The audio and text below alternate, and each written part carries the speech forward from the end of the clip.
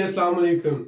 आज की इस वीडियो में हम डिस्कस करने जा रहे हैं कि बिजनेस की दो मेन टाइप्स कौन सी हैं और इन दो टाइप्स में डिफरेंस क्या है। ये वीडियो बनाने का मेन मकसद क्या है? एक मकसद ये है कि बहुत से लोग हैं पाकिस्तान में या पूरी दुनिया में जो ये कहते हैं कि मेरे पास इतना पैसा नहीं है कि मैं बिजनेस कर सकूं, और बहुत से ऐसे लोग हैं जो ये कहते हैं कि मेरे पास पैसा है, मैं कौन सा बिजनेस करूं। तो दोनों लोगों के लिए वीडियो अहम हो सकती है। आप ये समझें सबसे पहले कि दो डिफरेंट टाइप्स जो हैं, दो मेजर टाइप्स या दो मेन टाइप्स जो हैं बिजनेस की, वो आप जहन में रखें। पूरी दुनिया में ये एक सबसे अहम आ जाता है। एक टाइप है प्रोडक्ट बिजनेस। आप कोई भी चीज़ खरीदते हैं, उसमें इन्वेस्टमेंट करते हैं, मैन्युफैक्चरर उस प्रोडक्ट को बनाता है, होलसेलर उसको मैन्युफैक्चरर से खरीदता है, वो आगे रिटेलर को बेचता है और रिटेलर जो है उस प्रोडक्ट को आगे कस्टमर को बेचता है। तो मैन्युफैक्चरर से शुरू होकर होलसेलर, रिटेलर और कस्टमर तक जो चीज़ आती है, इसको प्रोडक्ट बिजनेस कहा जाता है। वो कोई भी हो सकती है, वो इलेक्ट्रॉनिक्स हो सकती है, वो कपड़े हो सकते हैं, वो जूते हो सकते हैं, वो मेकअप हो सकता है, वो बैग्स हो सकते हैं, वो कोई भी प्रोडक्ट हो सकती है।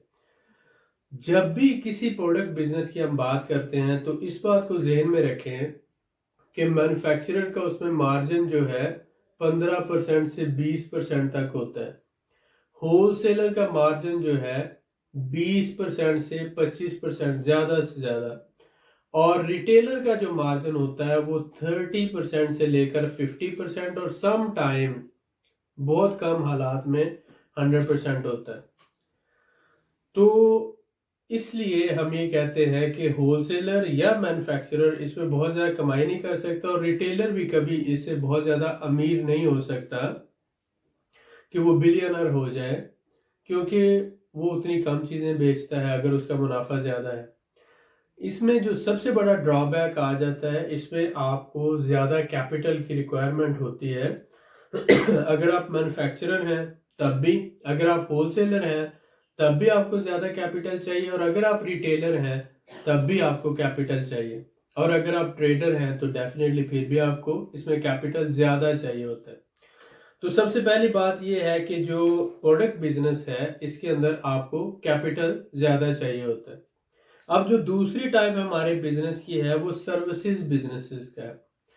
सर्विसेज बिजनेस क्या है कि मसलन सपोज करें, हम एग्जांपल ले लेते हैं कि आपके घर में एसी खराब हो गया, आपने उसके लिए जो है वो टेक्नीशियन को बुलाया है, जो आया और उसने आके उसे ठीक किया और अपने सर्विस चार्जेस लेके चला गया। इसी तरह अगर इलेक्ट्रिसिटी का कोई काम है तो इलेक्ट्रिशियन को बुलाएंगे, प्लम्बर का कोई काम है तो उसको बुलाएंगे। इस तरह आपका कंप्यूटर ख़राब हो जाता है तो आप उसी से रिलेटेड आईटी एक्सपर्ट को बुला लेंगे, जो वो उस हवाले से उसकी रिपेयरिंग कर सकता है, हार्डवेयर की या सॉफ्टवेयर की इंस्टॉलेशन कर सकता है। या इसी तरह से आपको घर में पेंट करवाना है तो भी आप सर्विस लेंगे।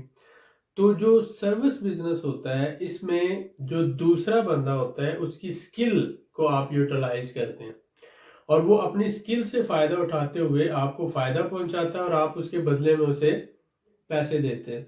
ये आपको कंसल्टेंसी भी हो सकती है, ये टीचिंग भी हो सकती है, ये किसी भी किस्म की स्किल हो सकती है, जैसे वेबसाइट डेवलपमेंट है, सोशल मीडिया मार्केटिंग है, वर्चुअल असिस्टेंट के तौर पर हो सकता है, ऑनलाइन सेलिंग के हवाले से हो सकता है, यानी आप एज ए मैनेजर या एज ए असिस्टेंट उस काम को कर रहे हैं, या आप वेबसाइट डेवलपमेंट का काम कर रहे हैं, या आप किसी भी तरह की कोई भी आपके पास स्किल है तो आप उस स्किल को यूज करते हुए सर्विस दे रहे हैं।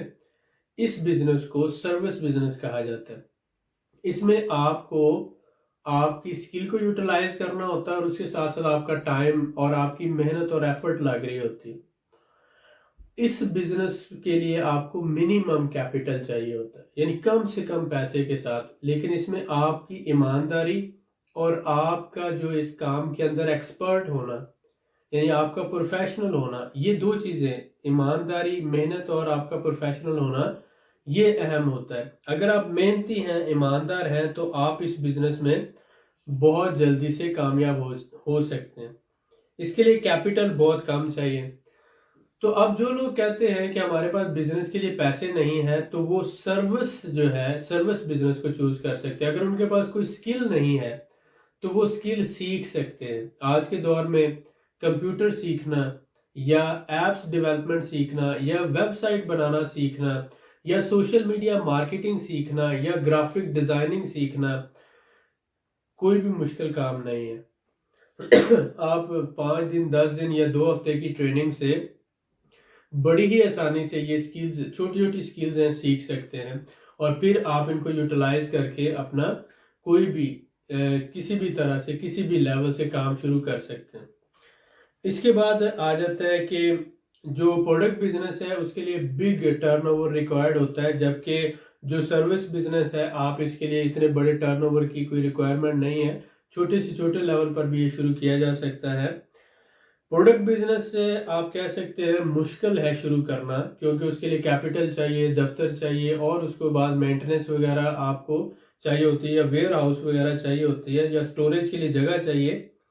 लेकिन जो सर्विस बिजनेस है, ये अगर आपके पास वेयर हाउस या स्टोरेज की स्पेस नहीं भी है तो आप घर से एक अपने कंप्यूटर से, या जिस बंदे को सर्विस चाहिए आप उसके घर जाकर, उसके दफ्तर जाकर उसको वो सर्विस प्रोवाइड कर सकते हैं, या ऑनलाइन वो सर्विस प्रोवाइड की जा सकती है।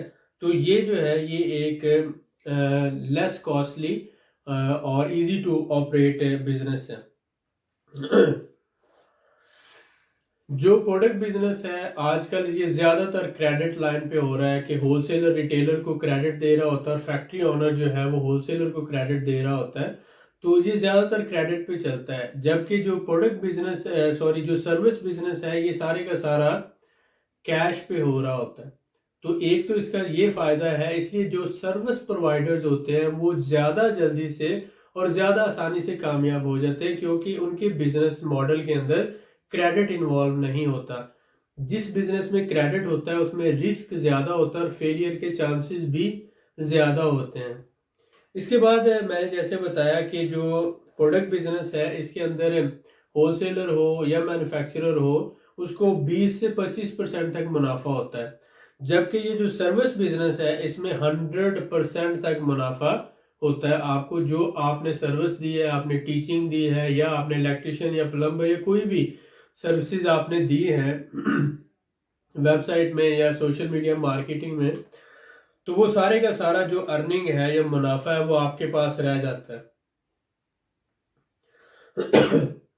जो प्रोडक्ट बिजनेस है इसके लिए आपको दफ्तर चाहिए, स्पेस चाहिए, वेयर हाउस चाहिए, जबकि जो हमारे पास सर्विस बिजनेस है इसके लिए आपको किसी स्पेसिफिक दफ्तर की जरूरत नहीं। आप घर से भी कर सकते हैं, ऑनलाइन भी कर सकते हैं, और जब आपको ऑर्डर्स मिलते हैं तो आप उनको कंप्लीट कर सकते हैं। प्रोडक्ट बिजनेस का ग्रोथ जो होता है वो मीडियम लेवल तक होता है और थोड़ा डिफिकल्ट होता है, जबकि सर्विस बिजनेस जो है वो बड़ी तेजी से ग्रो कर सकता है और इसका फिर आप जितना चाहें इसको एक्सपैंड कर सकते हैं, और इसकी एक्सपेंशन ज़्यादा आसान होती है बनिस्बत as compare to product business के। रिस्क की अगर हम बात करें तो प्रोडक्ट बिजनेस में रिस्क जो है क्रेडिट की वजह से ज़्यादा होता है, क्योंकि इसमें कैपिटल ज़्यादा इन्वॉल्व होता है। सर्विस बिजनेस के अंदर रिस्क जो होता है वो कम होता है और मिनिमम होता है, और न होने के बराबर रिस्क होने की वजह से सर्विस बिजनेस 21वीं सदी का बेहतरीन बिजनेस है। अब अगर आप ये कहते हैं कि मेरे पास पैसे नहीं हैं और अगर मेरे पास लाखों रुपए होते तो मैं फिर तुर्की क्यों जाता, यूरोप क्यों जाता, कनाडा क्यों जाता, पाकिस्तान में ही काम कर लेता।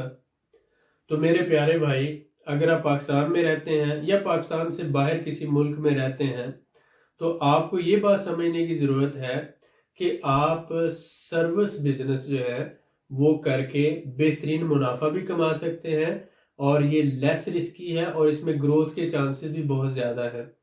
इसके लिए आपको बहुत ज़्यादा कैपिटल की ज़रूरत नहीं है। अब आपको ये देखना है कि आपके पास स्किल कौन सी है और आप उस स्किल को किस तरह से बेहतरीन यूटिलाइज कर सकते हैं। अगर आपका दिमाग खाली है या आपके पास कोई स्किल नहीं है तो दुनिया का कोई भी बंदा आपको कामयाब नहीं कर सकता।